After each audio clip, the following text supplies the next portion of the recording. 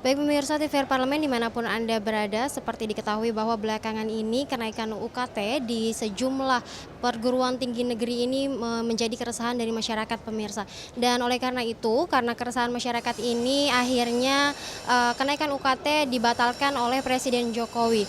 Dan kenaikan UKT ini pemirsa eh, diduga dipicu oleh Permendikbudristek nomor 2 tahun 2024. Oleh karena itu nanti pemerintah akan merevisi kembali Permendikbudristek tersebut.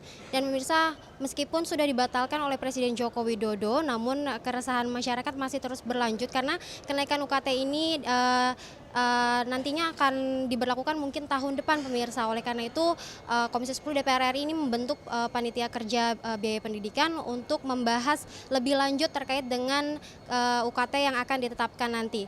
Dan pemirsa, untuk mengetahui seperti apa Komisi 10 ini akan mengawal kenaikan UKT, kita akan berbincang dengan salah satu anggota Komisi 10 DPR RI, yakni Bapak Ferdiansyah dari fraksi Golkar. Baik Pak, terkait dengan kenaikan UKT yang ramai diperbincangkan publik baru-baru ini, seperti apa Komisi 10 akan mengawalnya nih Pak? Ya, untuk diketahui dulu oleh masyarakat sekitar, yang pertama kita menyambut mengapresiasi keputusan Pak Presiden Jokowi dengan untuk melakukan penundaan kenaikan UKT. Itu kita apresiasi kepada Presiden Jokowi.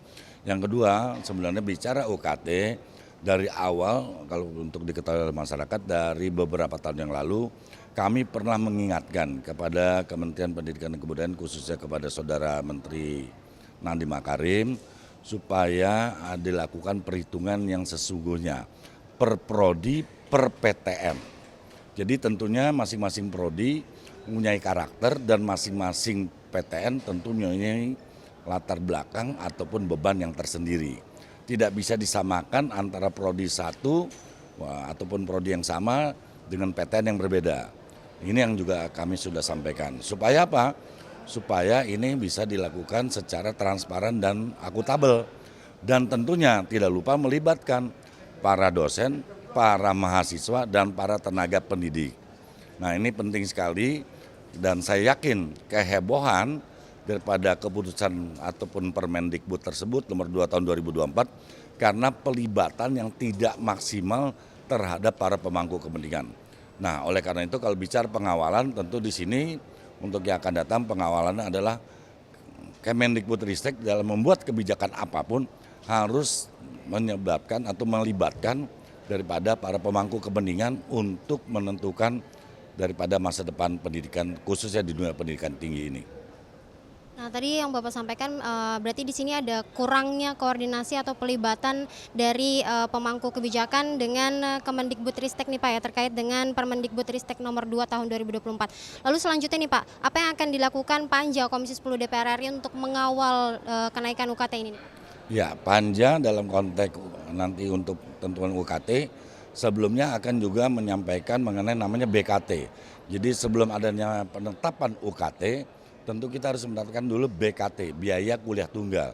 Karena dasarnya penetapan biaya tersebut, baru kita bisa menetapkan uang kuliah tunggal. Ini penting sekali.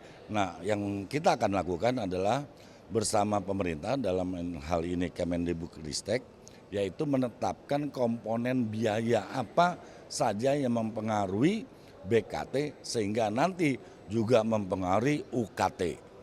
Kuliah tunggal ini sehingga apa?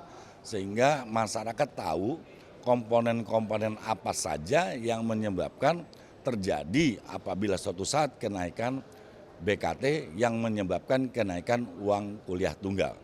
Tentu di sini tidak bisa serta-merta dalam konteks itu kewenangan di Kemendikbudristek secara mayoritas. Tapi sekali lagi pelibatan mengajak transparan dan akuntabel.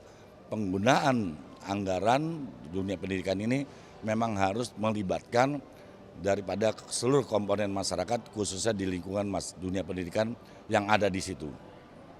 Pak, terima kasih atas waktunya.